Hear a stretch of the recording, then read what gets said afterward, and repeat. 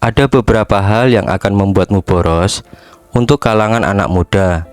Sebagai anak muda yang baru mulai memiliki penghasilan sendiri, pasti banyak tergoda punya pengeluaran yang hedon alias boros.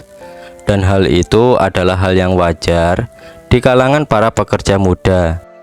Memiliki pendapatan sendiri, tanggungan masih sedikit, ditambah merasa belum perlu mengurus keuangan secara serius. Itulah alasannya mengapa pekerja muda tak segan menghamburkan uang untuk hal-hal konsumtif demi kesenangan hati mereka saat ini. Tidak jarang banyak hobi anak muda yang sering bikin boros.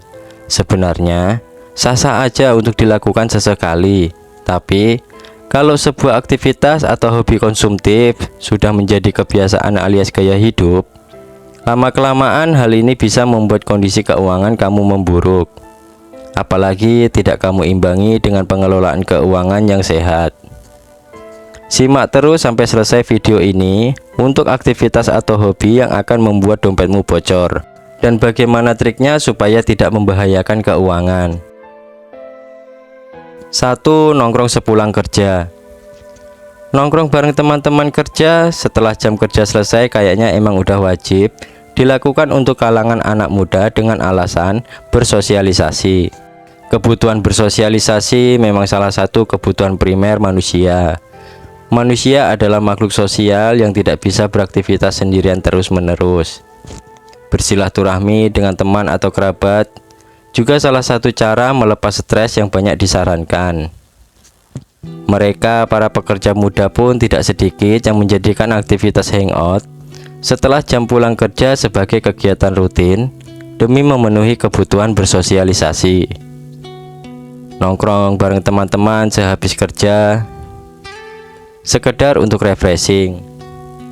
Bisa juga menikmati me time di coffee shop, semakin menjadi bagian gaya hidup Gen Y dan Gen X.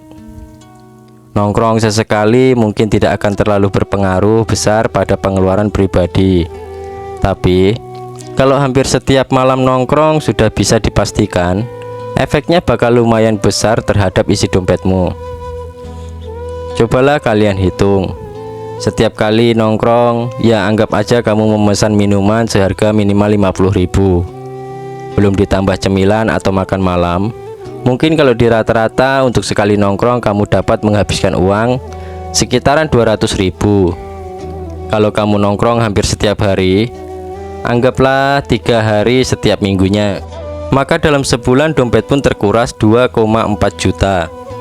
Untuk biaya nongkrong saja, itu belum termasuk biaya hangout saat akhir pekan. Kalau kamu ingin hangout saat akhir pekan, ya keluarkan lagi isi dompetmu.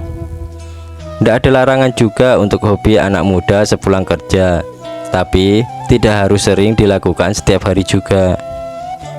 Agar tidak membuat isi kantong kamu berantakan, kurangilah kegiatan nongkrong sepulang kerja. Dari 3 kali seminggu menjadi seminggu sekali saja. Dengan begitu, aktivitas hangout akhir pekan kamu pasti tidak perlu mencederai keuangan. 2. Koleksi barang bermerek biar keren. Kamu pasti punya barang-barang branded, impian yang sudah kamu incar sejak lama. Ketika punya penghasilan sendiri, saatnya bebas berbelanja barang-barang branded yang sudah kamu incar. Ya mungkin sneakers, parfum, tas, gadget, fashion item yang lagi hits, lini make up atau skincare high end, dan sebagainya.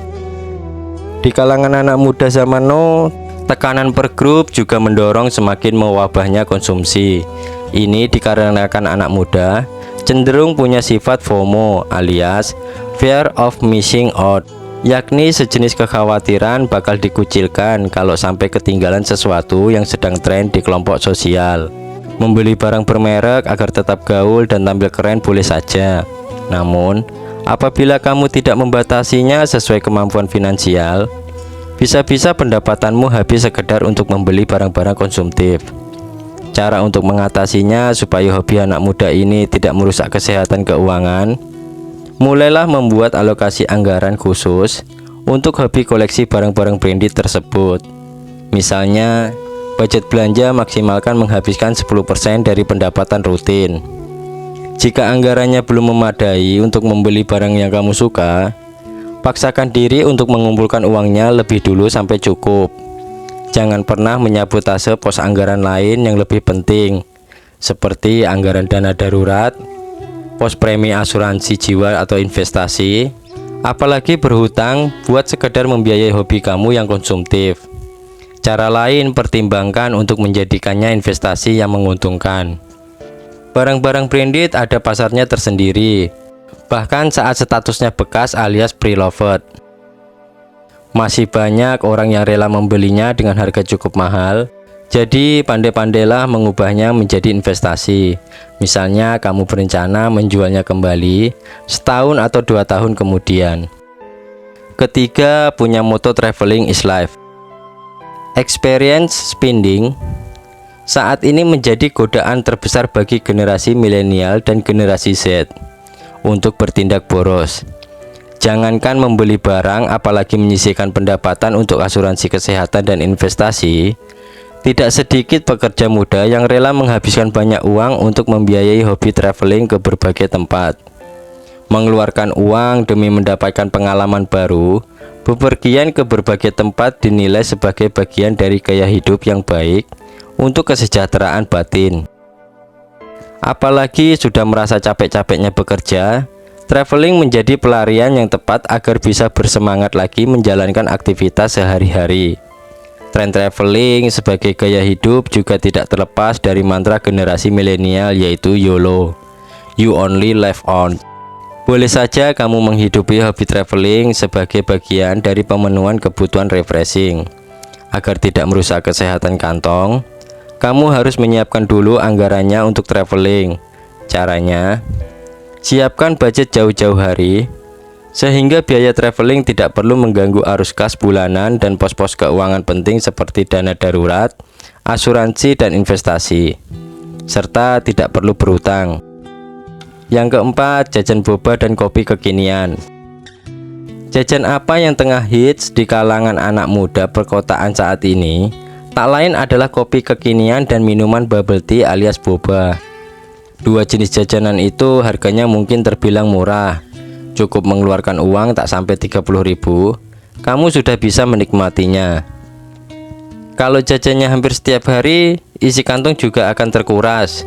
Mari kita hitung. Untuk segelas kopi susu kesukaan umumnya dibanderol dengan harga 18 sampai 30.000. Ditambah cemilan 15.000, anggap saja sekali jajan minimal menghabiskan uang 40.000. Bila jajannya hampir setiap hari selama 5 hari kerja, maka dalam sebulan kamu mengeluarkan uang minimal 800.000 hanya untuk kopi.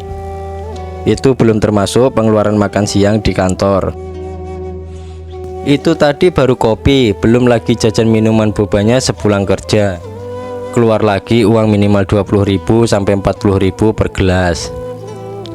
Apalagi saat kamu mager beli sendiri dan akhirnya memanfaatkan layanan pesan antar yang harganya lebih mahal.